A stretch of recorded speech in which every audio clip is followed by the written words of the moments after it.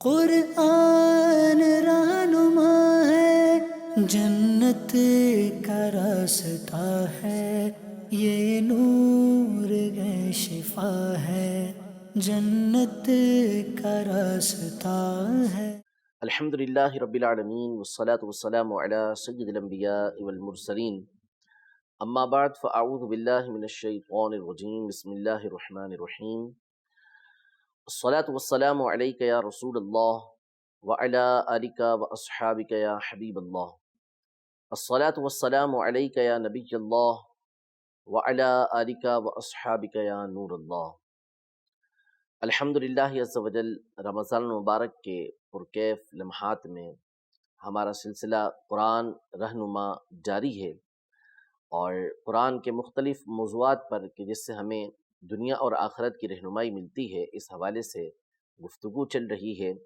آج بھی انشاءاللہ تبارک و تعالی قرآن کے ایک اہم اصول، قرآن کے ایک اہم موضوع کے اوپر گفتگو کریں گے، اور یہ وہ موضوع ہے اور وہ گفتگو ہے کہ جس سے اجر و ثواب تو اپنی جگہ پر، بندے کو جو نیکی اور نیکی کے اوپر ثواب ملتا ہے وہ اپنی جگہ پر ہے، لیکن اس اصول پر اور اس کام پر اگر بندے کو استقامت حاصل ہو جائے تو اس سے اس کے دل میں جہاں اطمینان داخل ہوتا ہے، سکون داخل ہوتا ہے، ساتھ ہی ساتھ اللہ پاک ایک عجیب لذت اسے عطا فرماتا ہے جب بندہ یہ کام یکسوئی کے ساتھ کرتا ہے، اور وہ کام ہے اللہ پاک کی بارگاہ میں دعا کرنا۔ قرآن مجید فرقان حمید میں اللہ پاک نے کئی ایک مقامات پر جہاں خود سے دعا مانگنے کا حکم ارشاد فرمایا ہے، وہیں اللہ پاک نے اپنے پیارے بندوں کی، انبیاء کرام علیہم السلام کے مختلف مواقع پر مانگی جانے والی دعاؤں کا تذکرہ بھی کیا ہے، اور ساتھ ہی ساتھ اللہ پاک نے جن لوگوں کی تعریف کی ہے، جن لوگوں کو اللہ پاک نے سراہا ہے، جن لوگوں کی خوبیاں اللہ پاک نے بیان کی ہیں، ان کی دعا بھی اللہ پاک نے ساتھ ہی ذکر فرمائی ہے۔ کچھ آیات اس حوالے سے میں آپ کے سامنے عرض کرتا ہوں۔ سب سے پہلے تو سورہ بقرہ میں اللہ جل شانہ ارشاد فرماتا ہے، وَإِذَا سَأَلَكَ عِبَادِي عَنِّي فَإِنِّي قَرِيبٌ اُجِیبُ دَعْوَةَ الدَّاعِ إِذَا دَعَانِ، یعنی اے محبوب، جب آپ سے میرے بندے میرے بارے میں سوال کریں تو آپ فرمائیں کہ میں قریب ہوں، دعا کرنے والوں کی دعاؤں کو قبول کرتا ہوں جب وہ مجھ سے دعا مانگتے ہیں۔ صحابہ کرام علیہم رضوان نے نبی محترم صلی اللہ تعالی علیہ وآلہ وسلم کی بارگاہ میں عرض کی کہ ہمارا رب عز و جل ہمارے قریب ہے کہ ہم اسے سرگوشی کریں، یا دور ہے کہ اسے بلند آواز سے پکاریں؟ تو نبی پاک صلی اللہ علیہ وسلم پر یہ آیت مبارکہ اللہ پاک نے نازل فرمائی کہ آپ سے جب سوال کرتے ہیں میرے بندے میرے بارے میں تو آپ فرمائیں میں قریب ہوں۔ قریب ہونے سے مراد یہ ہے کہ اللہ کا علم، اللہ کی قدرت یہ بندے کے قریب ہے، یعنی اللہ پاک بندے کو سب سے زیادہ جانتا ہے، اور سب سے زیادہ قدرت اللہ پاک کی بندے کے اوپر ہے، یعنی بندے کے اوپر سب سے زیادہ جو قوت ہے وہ اللہ پاک کی ہے۔ تو یوں اپنے علم اور قدرت کے ذریعے اللہ پاک ہمارے قریب ہے، کیونکہ اللہ پاک جگہ سے پاک ہے، فاصلوں سے پاک ہے، ڈائریکشن سے پاک ہے۔ جب یہ کہا جاتا ہے کہ اللہ پاک قریب ہے، یا جیسے فرمایا وَنَحْنُ أَقْرَبُ إِلَيْهِ مِنْ حَبْلِ الْوَرِيدِ، کہ ہم انسان کی شہرک سے بھی زیادہ قریب ہیں، تو اس کا مطلب یہ ہوتا ہے کہ اللہ پاک کا علم اور قدرت یہ اتنا زیادہ قریب ہے کہ شہرک سے بھی زیادہ بندے کو اللہ پاک جانتا ہے، اور شہرک جس کے اوپر زندگی کا دار و مدار ہوتا ہے اس پر بھی اللہ پاک کی قدرت ہے۔ تو جب یہ کہا جائے گا کہ اللہ پاک قریب ہے تو اس کا یہ معنی بنے گا۔ تو صحابہ کرام علیہم رضوان کے سوال پر اللہ پاک کی طرف سے یہ آیت مبارکہ نازل ہوئی کہ میں قریب ہوں، یعنی میری قدرت، میرا علم تمہارے قریب ہے۔ اس میں بندوں کو تسلی ہے، اور ایک عجب لطف موجود ہے کہ جب بندہ اس بات کا تصور کرتا ہے کہ میرا رب عز و جل میرے بارے میں بخوبی جانتا ہے، اور میری مصیبتوں اور پریشانیوں کو بھی اچھی طرح جانتا ہے، اور ان کو دور کرنے پر بھی قدرت رکھتا ہے، وہ قادر مطلق ہے۔ فرماتا ہے اجیب دعوت الداعی اذا دعان، جب بھی دعا کرنے والا مجھ سے دعا کرتا ہے میں اس کی دعا کو قبول فرماتا ہوں، یعنی جب شرائط کے ساتھ، درست طریقے سے بندہ اللہ پاک کی بارگاہ میں دعا کرتا ہے تو وہ دعا اللہ پاک قبول فرماتا ہے۔ اب یہ جو قبولیت ہوتی ہے اس کو حدیث مبارکہ میں 3 طرح بیان کیا گیا ہے کہ یا تو یہ ہوتا ہے کہ اس دعا کی قبولیت کا اثر، نتیجہ یہ ہمارے سامنے ظاہر ہو جاتا ہے۔ ہم نے کوئی دعا کی کہ یا اللہ میری فلاں حاجت پوری ہو جائے، وہ حاجت پوری ہو جاتی ہے، وہ کام ہمارا ہو جاتا ہے۔ ہم نے اللہ پاک کی بارگاہ میں دعا کی کہ یا اللہ عز و جل میری فلاں مصیبت، فلاں پریشانی دور ہو جائے، دعا کی، اسی وقت یا کچھ وقت کے بعد وہ مصیبت و پریشانی اللہ پاک نے دور فرما دی۔ تو یہ دعا کا ایک نتیجہ ہوتا ہے جس کا اثر فوری طور پر ہمارے سامنے آتا ہے۔ دوسرا یہ بیان کیا گیا کہ اس دعا کی وجہ سے اللہ پاک بندے کی آزمائش کو، اس کی مصیبت کو دور کر دیتا ہے۔ یعنی بندے کے اوپر کوئی پریشانی آنے والی ہوتی ہے، کوئی مصیبت آنے والی ہوتی ہے، اس دعا کی وجہ سے اللہ پاک اس کی مصیبت اور پریشانی کو دور فرما دیتا ہے۔ چنانچہ جامع ترمذی کے اندر یہ روایت موجود ہے کہ جو بلا اتر چکی اور جو ابھی نہ اتری، دعا سب میں نفع دیتی ہے، تو دعا اختیار کرو اے خدا کے بندو، یعنی اے خدا کے بندو دعا اختیار کرو کہ دعا چاہے بلا اتر چکی ہو چاہے اترنے والی ہو، ہر ایک کے اندر فائدہ دیتی ہے۔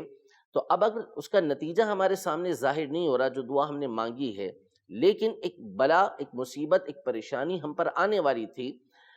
دعا کی وجہ سے وہ مصیبت و پریشانی ہم پر نہیں آتی، وہ روک دی جاتی ہے، وہ ٹال دی جاتی ہے۔ جیسا کہ ایک اور حدیث مبارکہ میں فرمایا کہ بلا اترتی ہے، مصیبت اور پریشانی بندے پر اترنے والی ہوتی ہے کہ یہاں بندہ دعا کرتا ہے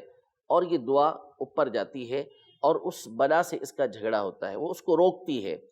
تو اس دعا کی وجہ سے وہ بلا اور مصیبت رک جاتی ہے۔ یہ دعا کی قبولیت کا دوسرا معنی ہے کہ نتیجہ اور اثر ہمارے سامنے ظاہر نہیں ہو رہا، لیکن اس کی وجہ سے ہماری پریشانی اور مصیبت یہ دور ہو رہی ہے۔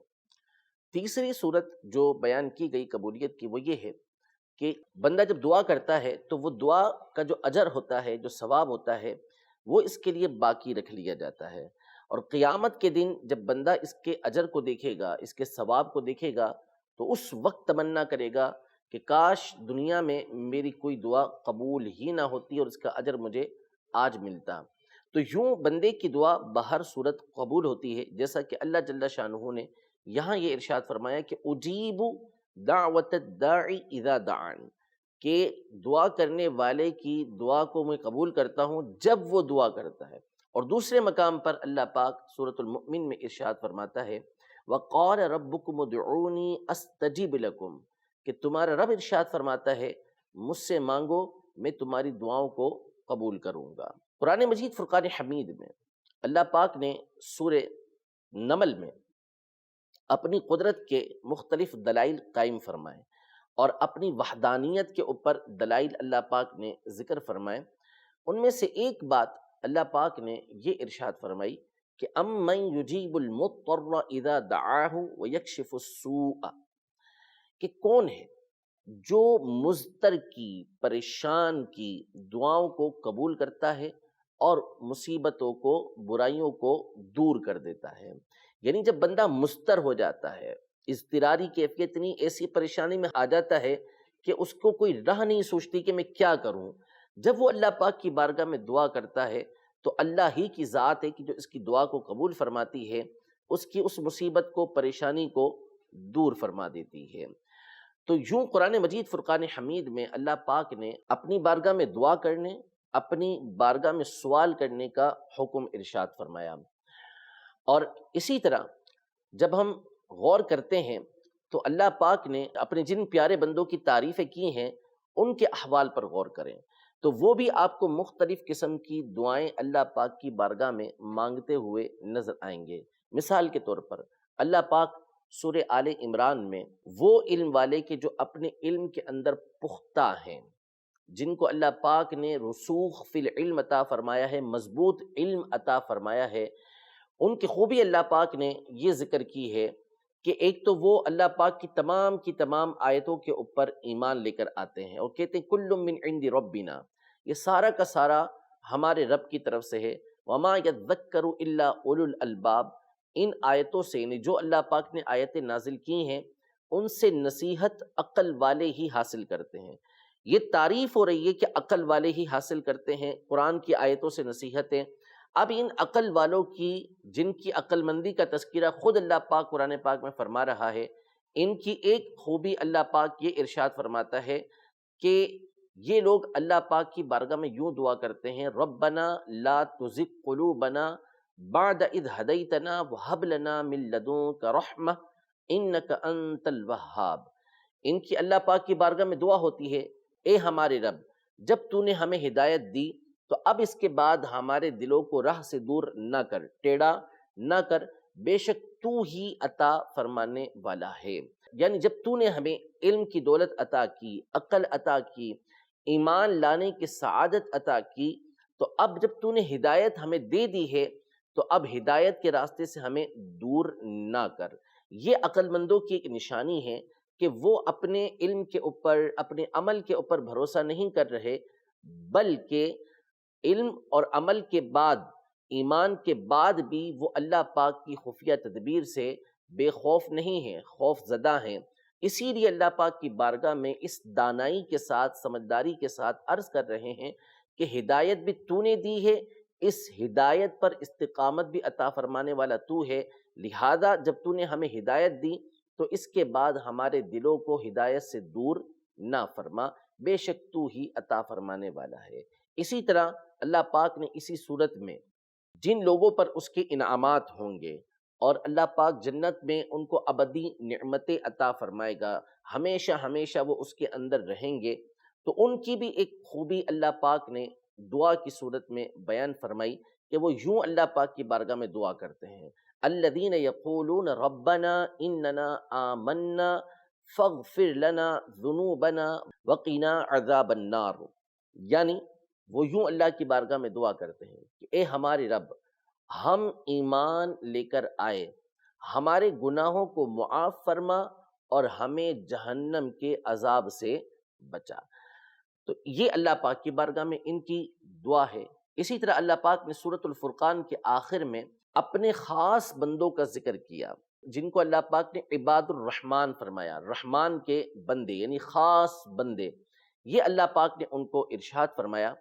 اور ان کی مختلف خوبیاں اللہ پاک نے بیان فرمائی، جن میں سے ایک خوبی اللہ پاک نے یہ ارشاد فرمائی کہ وہ یوں کہتے ہیں، والذین یقولون ربنا اصرف عنا عذاب جہنم، یعنی اے ہمارے رب، ہم سے جہنم کے عذاب کو پھیر دے۔ ان کی خوبی اللہ پاک نے یہ بیان کی تھی کہ وہ زمین پر عاجزی کے ساتھ چلتے ہیں، انکساری کرتے ہیں، وہ کسی سے الجھتے نہیں ہیں، جھگڑا نہیں کرتے، ان کی راتیں سجدوں اور قیام کے اندر گزرتی ہیں، لیکن وہ اپنے ان تمام اعمال کے باوجود اللہ جل شانہ کی بارگاہ میں جب آتے ہیں، حاضر ہوتے ہیں، تو ان کی زبان کے اوپر دعائیں جاری ہوتی ہیں کہ اے ہمارے رب، ہم سے جہنم کے عذاب کو پھیر دے۔ اسی طرح اللہ پاک نے سورہ بقرہ کے اندر انسانوں کے دو گروہ بنائے، جو دنیاوی اعتبار سے اللہ پاک سے مانگتے ہیں، اور ان لوگوں کی تعریف کی کہ جو آخرت اور دنیا دونوں اللہ کی بارگاہ میں مانگتے ہیں۔ مشہور و معروف آیت مبارکہ ہے، اللہ پاک ارشاد فرماتا ہے، وَمِنْهُمْ مَنْ يَقُولُ رَبَّنَا آتِنَا فِي الدُّنْيَا حَسَنَةً وَفِي الْآخِرَةِ حَسَنَةً وَقِنَا عَذَابَ النَّارِ، کہ لوگوں میں سے بعض وہ ہیں جو اللہ کی بارگاہ میں یوں دعا کرتے ہیں کہ اے ہمارے رب، ہمیں دنیا میں بھی بھلائی عطا فرما اور آخرت میں بھی بھلائی عطا فرما اور ہمیں جہنم کے عذاب سے محفوظ فرما۔ تو یوں ہم قرآن مجید فرقان حمید میں غور کریں تو حضرت سیدنا آدم علی نبینا و علیہ الصلوۃ والسلام یہ بھی اللہ جل شانہ کی بارگاہ میں ہمیں دعا کرتے ہوئے نظر آتے ہیں، عرض کرتے ہیں، اے ہمارے رب، ہم نے ہی اپنی جانوں پر زیادتی کی اور اگر تو نے ہماری مغفرت نہ فرمائی تو ہم خسارہ اٹھانے والوں میں سے ہو جائیں گے۔ اللہ کی بارگاہ میں گزارش کر رہے ہیں۔ حضرت یونس علی نبینا و علیہ الصلوۃ والسلام اللہ پاک کی بارگاہ میں گزارش کرتے ہوئے نظر آتے ہیں۔ حضرت سیدنا نوح علی نبینا و علیہ الصلوۃ والسلام اللہ پاک کی بارگاہ میں دعا کرتے ہیں۔ حضرت سیدنا ابراہیم علی نبینا و علیہ الصلوۃ والسلام جب کعبۃ اللہ المشرفہ کی تعمیر کرتے ہیں حضرت اسماعیل علیہ السلام آپ کے ساتھ موجود ہیں، یہ نیک کام کرنے کے بعد اللہ کی بارگاہ میں مختلف دعائیں کرتے ہیں۔ ایک دعا یہ کرتے ہیں کہ ربنا وابعث فیہم رسولا منہم یتلو علیہم آیاتک ویعلمہم الکتاب والحکمت ویزکیہم انک انت العزیز الحکیم، کہ اے ہمارے رب ان لوگوں میں، انہی میں سے ایک عظیم الشان رسول کو بھیج جو ان کے اوپر تیری آیتوں کی تلاوت کرے، ان کو حکمت سکھائے اور ستھرا کرے، بے شک تو ہی غالب ہے اور حکمت والا ہے۔ مختلف جو دعائیں ہم سنتے ہوئے آئے، ان میں ایک سبق ہمارے لیے یہ ہے کہ آپ نے دیکھا کہ جو عقل والے ہیں، شعور والے ہیں، جو نیک لوگ ہیں، وہ اللہ کی بارگاہ میں عام طور پہ جو دعا مانگتے ہیں وہ آخرت کی زیادہ دعا مانگتے ہیں، یعنی ان کی دعاؤں کا اکثر حصہ یہ آخرت کے اوپر ہی مشتمل ہے۔ اگرچہ کہ ان لوگوں کا بھی تذکرہ کیا اللہ پاک نے کہ وہ دنیاوی اعتبار سے بھی دعا مانگتے ہیں، دنیا کے اندر بھی بھلائی مانگتے ہیں، لیکن آخرت کی بھلائی ساتھ میں مانگتے ہیں۔ تو ایک تو ہمارے لیے اس کے اندر یہ درس ہے، یہ سبق ہے، یہ اصول ہمیں بتایا گیا ہے کہ اللہ پاک کی بارگاہ میں کثرت سے دعا کرنے کے ساتھ ساتھ بندہ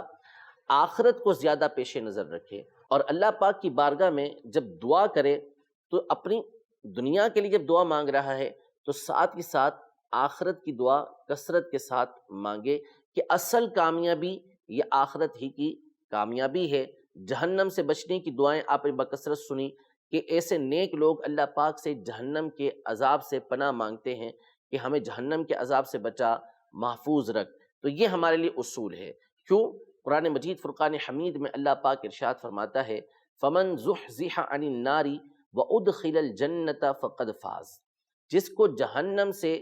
دور کر دیا گیا، بچا لیا گیا اور جنت کے اندر داخل کر دیا گیا، حقیقی طور پہ وہ کامیاب ہوا۔ یعنی چونکہ آخرت کی کامیابی یہ حقیقی کامیابی ہے، دنیا کی کامیابی یہ عارضی کامیابی ہے، تو بندہ جہاں عارضی کامیابی کے لیے دعا مانگتا ہے، ساتھ ہی ساتھ جو حقیقی کامیابی ہے یعنی آخرت کی کامیابی، اس کی طرف بھی اس کی کامل توجہ ہونی چاہیے۔ دوسری بات کہ جب اللہ پاک کی طرف سے بندے کو کوئی نیک کام کرنے کا شرف حاصل ہو، اچھا کام کرنے کا شرف حاصل ہو، کوئی بڑی نیکی کرنے کا موقع ملے، تو اس کے فوری بعد اللہ پاک کی بارگاہ میں دعا ضرور کرنی چاہیے۔ حضرت سیدنا ابراہیم علی نبینا و علیہ الصلوۃ والسلام اور آپ کے شہزادے حضرت اسماعیل علیہ الصلوۃ والسلام کعبۃ اللہ المشرفہ کی تعمیر کرتے ہیں، تعمیر کرنے کے بعد اللہ پاک کی بارگاہ میں دعا کر رہے ہیں، تو اس کا مطلب ہے کہ اللہ پاک نے ان کو ایک شرف عطا کیا، ایک بڑی نیکی کرنے کا موقع دیا، تو اس کے بعد اللہ جل شانہ کی بارگاہ میں وہ دعا کرنے کے لیے حاضر ہو جاتے ہیں۔ تو یہ بھی سبق ہے۔ علماء نے قرآن و حدیث کی روشنی میں یہ بات بیان کی کہ بندہ جب بھی اللہ پاک کی بارگاہ میں دعا کرتا ہے تو دعا تو اس کی قبول ہوتی ہے، لیکن جو مقام ایسا ہو کہ جہاں پر اللہ پاک کی خاص رحمتیں نازل ہو رہی ہیں، اللہ پاک کی رحمتوں کا جہاں پر نزول ہوتا ہو، ایسا وقت کہ جس میں اللہ پاک کی طرف سے خاص رحمتیں ہوتی ہیں، ان اوقات میں ان مقامات پر دعا کرنا یہ بندے کی دعا کو جلدی قبول کرواتا ہے۔ یعنی بندے کی دعا اللہ پاک کی بارگاہ میں جلدی قبول ہوتی ہے جب کسی ایسی جگہ پر دعا کرتا ہے کہ جہاں اللہ کی رحمت نازل ہو رہی ہو، جب کسی ایسے وقت میں اللہ پاک سے دعا کرتا ہے کہ جس میں اللہ پاک کی خاص رحمت ہو، تو اس کی دعا جلدی قبول ہوتی ہے۔ حضرت سیدنا زکریا علی نبینا و علیہ الصلاۃ والسلام، یہ حضرت مریم رضی اللہ تعالی عنہا کے خالو تھے، اور بیت المقدس میں حضرت مریم رضی اللہ تعالی عنہا کی کفالت یہی کیا کرتے تھے، ان کی پرورش یہی کیا کرتے تھے۔ حضرت مریم رضی اللہ تعالی عنہا بیت المقدس کے ایک حجرے کے اندر تنہا اللہ پاک کی عبادت کیا کرتی تھیں۔ حضرت سیدنا زکریا علی نبینا و علیہ الصلوۃ والسلام جب ان کے پاس آئے تو انہوں نے دیکھا کہ ان کے پاس رزق موجود ہے، پھل موجود ہیں۔ تفسیروں میں لکھا ہے کہ وہ بے موسم کے پھل تھے جو اس علاقے کے اندر موجود نہیں تھے۔ تو حضرت زکریا علیہ الصلوۃ والسلام نے حضرت مریم رضی اللہ تعالی عنہا سے کہا کہ انا لکی ھذا، یہ آپ کے پاس کہاں سے آئے؟ تو حضرت مریم رضی اللہ تعالی عنہا نے ان سے عرض کی کہ من عند اللہ، یہ اللہ پاک کی طرف سے آئے ہیں۔ یعنی یہ جو انعامات ہیں، یہ جو نعمتیں آپ دیکھ رہے ہیں، یہ جو رحمتیں آپ دیکھ رہے ہیں کہ بے موسم کے پھل اللہ پاک نے عطا فرمائے ہیں، میرے پاس موجود ہیں، تو یہ اللہ جل شانہ کی طرف سے آئے ہیں۔ قرآن مجید فرقان حمید سورہ آل عمران میں اللہ پاک ارشاد فرماتا ہے ہنالک دعا زکریا ربہ قال رب ہب لی من لدنک ذریۃ طیبہ انک سمیع الدعاء، یعنی حضرت زکریا علیہ السلام نے اس مقام پر اللہ پاک سے دعا مانگی اور یوں عرض کی کہ اے میرے رب مجھے پاکیزہ ستھری اولاد عطا فرما، بے شک تو ہی دعاؤں کو سننے والا ہے۔ حالانکہ اللہ پاک ہر مقام پر بندہ جہاں دعا کرے اس کی دعا کو سننے والا ہے، لیکن چونکہ اس مقام پر اللہ پاک کی رحمتوں کا خاص نزول ہو رہا تھا، تو اس لیے حضرت زکریا علیہ السلام نے ہمیں تعلیم دی اور سکھایا کہ جہاں اللہ پاک کی رحمت کا نزول ہو رہا ہو اس مقام پر اللہ پاک سے خاص طور پر دعا کرنی چاہیے۔ اسی طرح وقت کے اعتبار سے کہ رات میں جو گھڑیاں ہوتی ہیں عمومی طور پر، ان گھڑیوں میں ان لمحات کے اندر اس وقت میں جب اللہ پاک کی بارگاہ میں دعا کی جاتی ہے تو اس کی دعائیں قبول ہوتی ہیں۔ رات کا وقت دعا کی قبولیت کے لیے زیادہ مؤثر ہے کہ اس وقت میں جو دعا کی جاتی ہے جلدی قبول ہوتی ہے۔ ہر رات اللہ پاک کی طرف سے آسمان دنیا پر خاص تجلی ہوتی ہے اور ایک ندا دینے والا ندا دیتا ہے کہ ہے کوئی دعا کرنے والا کہ اس کی دعا قبول کی جائے، ہے کوئی مغفرت طلب کرنے والا کہ اس کی مغفرت کی جائے۔ ہر رات کو یہ صدا دی جاتی ہے رات کا وقت۔ لیکن ہفتے میں ایک دن، جمعہ کا دن ایسا دن ہے کہ جس کے دن میں اللہ پاک نے وہ گھڑیاں رکھی ہیں کہ اس وقت بندہ اللہ پاک سے جو دعا کرتا ہے اس کی دعا اللہ پاک قبول فرماتا ہے۔ اب وہ کون سی گھڑی ہے، کون سا لمحہ ہے، اس کے بارے میں مختلف اقوال ہیں علماء کے۔ بعض علماء نے یہ فرمایا کہ جس وقت امام صاحب خطبے کے لیے بیٹھ جائیں اس وقت سے لے کر نماز جمعہ پوری ہونے تک، یعنی فرض پورے ہونے تک جو دعا اللہ پاک کی بارگاہ میں کی جائے وہ دعا قبول ہوتی ہے۔ وہ گھڑی اس لمحے کے اندر آتی ہے، تو اس لمحے میں جو دعا کی جائے گی وہ دل کے اندر کی جائے گی۔ اور صحیح ترین بات یہ ہے کہ جو عصر کے آخری لمحات ہوتے ہیں، مغرب سے کچھ دیر پہلے جمعہ کے دن، اس وقت میں اللہ پاک سے جو دعا کی جاتی ہے اللہ پاک اس دعا کو قبول فرماتا ہے۔ تو مسلمانوں کا مجمع ہو، اللہ پاک کی رحمت کی جگہ ہو، جیسے مثلا مسجد ہے اور بہت سارے مسلمان موجود ہیں، فرض نماز پڑھی ہے، جمعہ کا دن ہے مثال کے طور پر، تو اس موقع پر اللہ پاک کی بارگاہ میں جو دعا کی جائے، بندہ دل جمعی کے ساتھ توجہ کے ساتھ جب دعا کرتا ہے تو اللہ پاک اس کی دعا کو جلدی قبول فرماتا ہے۔ لیکن ہماری غفلت ہوتی ہے کہ ہم نماز پڑھ بھی لیتے ہیں تو اس کے بعد دعاؤں سے غافل رہتے ہیں، یا تو سرے سے دعا ہی نہیں کرتے، یا جب دعا کرتے ہیں تو ہماری توجہ ان دعاؤں کی طرف نہیں ہوتی۔ بڑی تعداد ہوتی ہے جمعہ کے دن کہ جس کا مقصود جمعے کے فرض ادا کرنا ہوتا ہے اور اس کے فوری بعد وہ باہر نکل جاتے ہیں، ان میں بڑی تعداد سرے سے دعا نہیں مانگتی۔ بہت سے لوگ ہوتے ہیں کہ فرض پڑھے اور فوراً سنتیں پڑھنے کے لیے کھڑے ہو جاتے ہیں، دعا میں شامل نہیں ہوتے، تو ایسا نہیں کرنا چاہیے۔ جو دعا اس وقت مانگی جا رہی ہے بالخصوص اتنے بڑے مجمع کے اندر اور موقع بھی قبولیت کا ہے تو اس کے اندر بندے کو شامل ہو جانا چاہیے۔ رب العزت جل وعلا ہم سب کو قرآن کے اس رہنما اصول کے اوپر عمل کرتے ہوئے خوب اپنی بارگاہ میں دعائیں مانگنے کی توفیق عطا فرمائے، اور اللہ پاک ہمیں اپنے سے مانگنے میں، اپنے سے دعا کرنے میں لذت عطا فرمائے، ذوق عطا فرمائے۔ آمین بجاہ النبی الامین صلی اللہ تعالی علیہ وآلہ وسلم۔ قرآن رہنما ہے، جنت کا راستہ ہے، یہ نور ہے شفا ہے، جنت کا راستہ ہے۔